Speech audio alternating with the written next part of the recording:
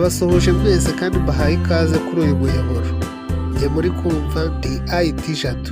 Uyu munsi nk'ibisanzwe ngiye kwinjira mu isi ya digitali kugira ngo mbasangize porogaramu 10 z'ingenzi ugomba kuba ufite muri mudasobwa yawe.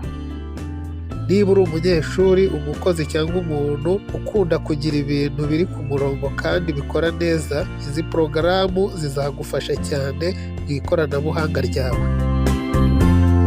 Reka dutangire na porogaramu ya mbere.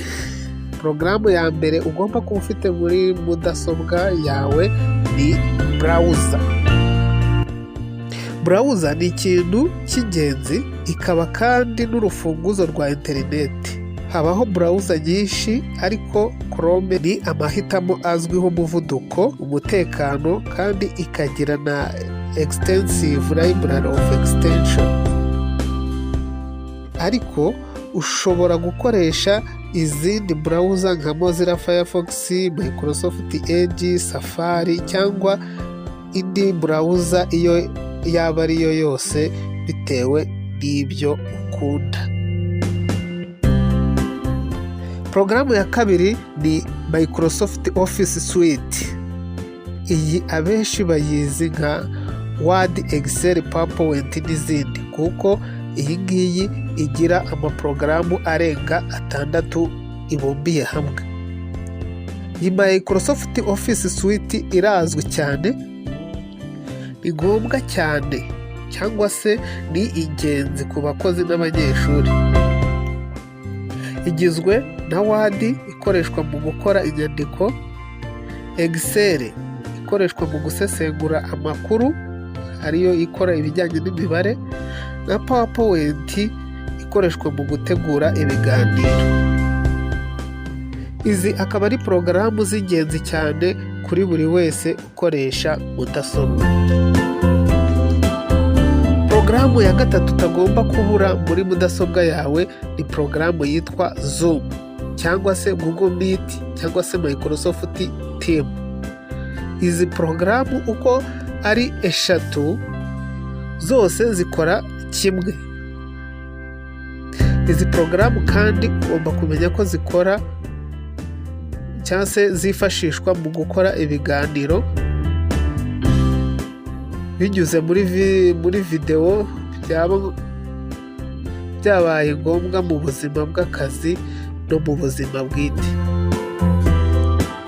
Zoom yabaye izina rizwi, ariko amahitamo nka Google Meet na Microsoft nazo zitanga features nziza. Porogaramu ya 4 utagomba kubura muri mudasobwa yawe ni Slack. Slack cyangwa se izindi porogaramu zifashishwa muri communication. Slack izwi ku itumanaho ridahagarara mu gihe abantu bari mu matsinda. Slack ni igikoresho cyiza. Iyi porogaramu ituma ushobora kohereza ubutumwa, gusangira inyandiko ndetse no gukora ibiganiro binyuze mu mavideo. Ikaba izingiro ry'ibijyanye n'akazi. Hari n'ibindi byayisimbura nka Discord na Microsoft Teams, nabyo bishobora gukoreshwa bigakora neza. Porogaramu ya 5. Porogaramu ya 5 utagomba kubura muri mudasobwa yawe ni Adobe Acrobat Reader DC. Adobe Acrobat Reader DC ni porogaramu y'ingenzi yifashishwa mu gusoma ibitabo biri PDF. Umuntu cyangwa se umusomyi ukunda gusoma ibitabo byinshi tubona kuri interineti biba biri muri PDF, bisabwa yuko uba ufite Adobe Acrobat Reader DC muri mashine yawe kugira ngo ubashe gufungura ubu bwoko bw'ibitabo. Porogaramu ya 6 ugomba kutabura muri mashine yawe ni VLC Media Player. VLC Media Player ni porogaramu nziza yifashishwa mu gufungura no gukina amashusho video player no gukina amajwi audio playing. Igihe cyose ukeneye gukoresha cyangwa se kureba amafilimi, indirimbo z'amashusho cyangwa se iz'amajwi gusa, bigusaba ko uba ufite VLC Media Player muri mudasobwa yawe kugira ngo ubashe gufungura ubwo bwoko bwa dokima.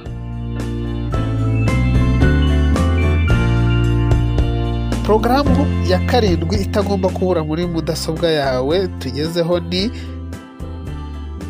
Spotify. Hamwe na Spotify, enjoy indirimbo zawe ukunda na Spotify. Iyi Spotify ifite indirimbo miliyoni, urutonde rwihariye n'amajwi meza atangaje. Izindi zasimbura iyi ni Apple Music, YouTube Music na Amazon Music. Porogaramu ya 8 itagomba kubura muri mudasobwa yawe ni Dropbox cyangwa se Google Drive cyangwa se OneDrive.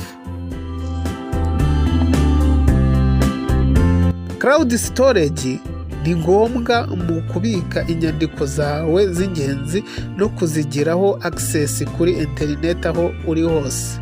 Dropbox ni amahitamo azwi, ariko Google Drive na OneDrive nayo ni amahitamo meza ushobora kwifashisha iyo ushaka bitewe n'iyo ukunze cyangwa se iyo umenyereye gukoreshwa. Izi porogaramu Dropbox, Google Drive na OneDrive byose izi porogaramu zikoresha icyo tekinoloji yitwa cloud storage. Zigufasha kubika data zawe ariko ukaba wabasha kuzaccessinga aho waba uri hose igihe waba ufite interinete. Porogaramu ya 9 ni Evernote cyangwa se Notion cyangwa se Todoist. Izi porogaramu zibika inyandiko zawe, urutonde rw'ibikenewe n'imishinga mu buryo bwiza. Ni porogaramu ikomeye cyane, ni porogaramu zikomeye zo gufata inyandiko zifite isura nziza na robust features. Notion, Todoist na OneNote nabyo ni amahitamo meza bitewe n'uko ukora cyangwa se iyo wumva wifuza. Porogaramu ya nyuma ariyo ya 10 ni Grammarly. Grammarly ni porogaramu igufasha kwimprovinga writing. Ni porogaramu ikora mu buryo bw'ikoranabuhanga, ifasha cyangwa se igufasha kubona no gukosora amakosa y'imyandikire y'inyuguti n'amagambo.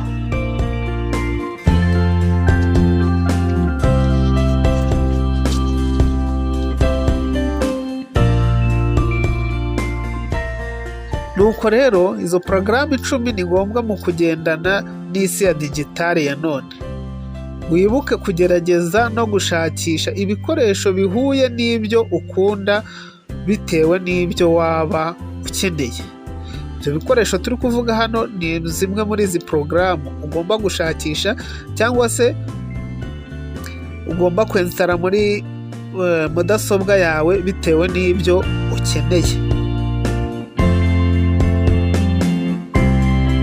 Dusoza, ndabibutsa yuko twari turi kurebera hamwe porogaramu 10 z'ingenzi tutagomba kubura muri mudasobwa zacu, arizo iya mbere Google Chrome ariyo browse ushobora guhitamo n'izindi browser zifite ubwoko butandukanye nka Mozilla Firefox, Safari,